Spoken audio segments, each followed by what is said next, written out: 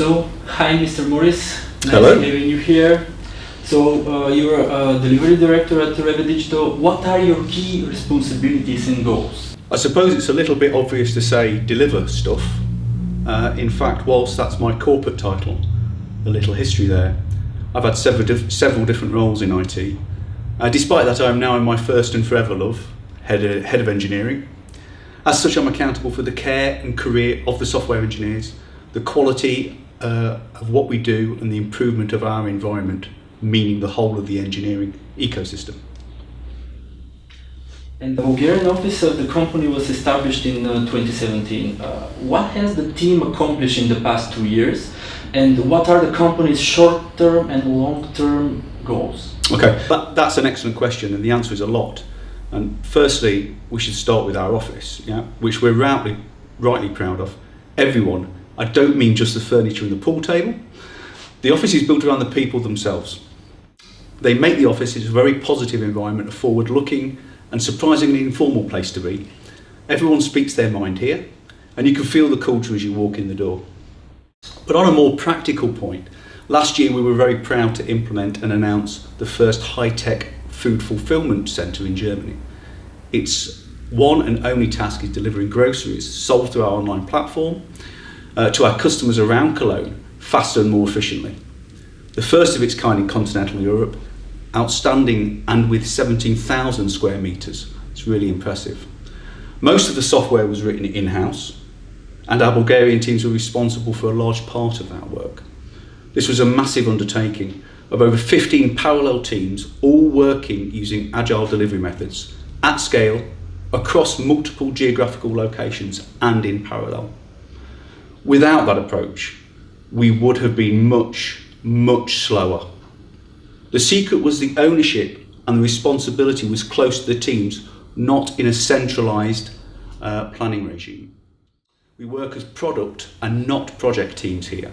So the ownership of what the guys produce remains local in Sofia, with our own Sofia product owners and software engineers. They have the autonomy over how goals are reached, and in short, Sofia is no different from any other location in REWE Digital. The geographical split of our teams is only a small factor. All teams and all locations are independent and autonomous, but they're also interdependent, and they rely on each other. Delivering without any location, once it's established, almost becomes unthinkable to everyone. So, how big is the REWE Digital team in Sofia? What kind of technologies are engineering working with? Okay, so in comparison to some other companies, we are small, but beautifully formed. Technologies are generally open to the guys to select the best tool for the job. Just one example is we recently did a Hack Week project using React, just to give it a try. But our philosophy is simply to go for the JVM compatible technologies that are right for the job. How that plays out in practice is the usual Java, Kotlin, Node.js, Angular, MySQL, Docker, Kafka stack. But there are of course other technologies around which we use for specific use cases, such as Python, Go and other scripting languages. But we mostly use standard stuff really. I prefer that we use what works to solve the right problem and play with up-and-coming technologies where there is a specific use case to do so. We should use technology innovatively and not just use innovative technology. The technology choice should follow the customer needs and not be a solution looking for a problem. And do you plan to expand the Bulgarian REWE Digital team? Yes, but we're not in the market for hundreds of software engineers. So there's reasons for that. Firstly, we are hard to impress. We do not recruit against a spreadsheet of vacancies to fill. We recruit on the basis of talent. Our engineers are good. There is a standard we want to maintain and improve on. And in our company, you get a lot of freedom, and you need to bring the right skills, attitudes, and behaviours. Anything worth having is not easy to get. Secondly, I prefer everyone in the office to have a chance of knowing each other, a bit like an extended family. You certainly should be able to at least put a name to a face. In an office of hundreds of people, that simply becomes impossible. And third and lastly, small is beautiful. It is effective, cohesive and productive. Back to the Agile Manifesto, we want to build delivery around motivated teams. That way we do not need hundreds of people to move mountains. If you are small part in a massive team of hundreds of engineers, nobody really knows you or your contribution enough, that is obviously demotivating. And working with Bulgarian software engineers, what's your evaluation of the knowledge, competence, and contribution in the IT industry? Excellent. But I do not think it's just down to it being in Bulgaria or anywhere else. I think it is our people. The quality of what we do is simply the most important thing we do in engineering. How fast you are, how much stuff you deliver, how cheap you can do something is all undermined and fatally flawed if you cannot maintain and improve engineering quality. You can deliver faster, better, cheaper in the long term by keeping quality high. My role is to give permission to focus on these things, provide the tooling and the environment to maintain that. Then speed and cost of ownership naturally follow. You can achieve that anywhere if you're prepared to be brave and consistent. What is your strategy for attracting and retaining employees? Well, we are integrated into one of Europe's biggest and most successful companies in retail, travel and DIY sector. So as the digitals, we are more of a niche player. We offer decent benefits in common with all big companies, but we also offer something different, more commonly found in internet startups and tech companies.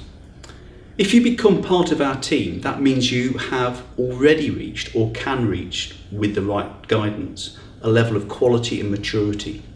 And at the heart of every software engineer is a problem solver who seeks the freedom to explore the best solutions and implement them in a simple but elegant way, whilst working with friends and great colleagues who also inspire them. That satisfaction. In all the time I've managed software engineers, I've never known them to be unhappy with that general approach. Sure, in a competitive market, people may be offered a slightly bigger salary at firm X. That's the same everywhere in technology, throughout the world. That can be okay, but it is also possible that you will find you pay a different price for that. What are your most effective practices for boosting performance, motivation, and creativity of the teams? I think I might be in danger of repeating what I've already said, but just a little about boosting performance. Literally, it's the wrong question.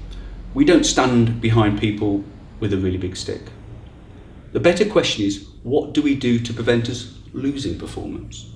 And that starts with who we recruit. If you come into the office with a bad attitude and poor motivation, then there is likely nothing I can do within reason to change that.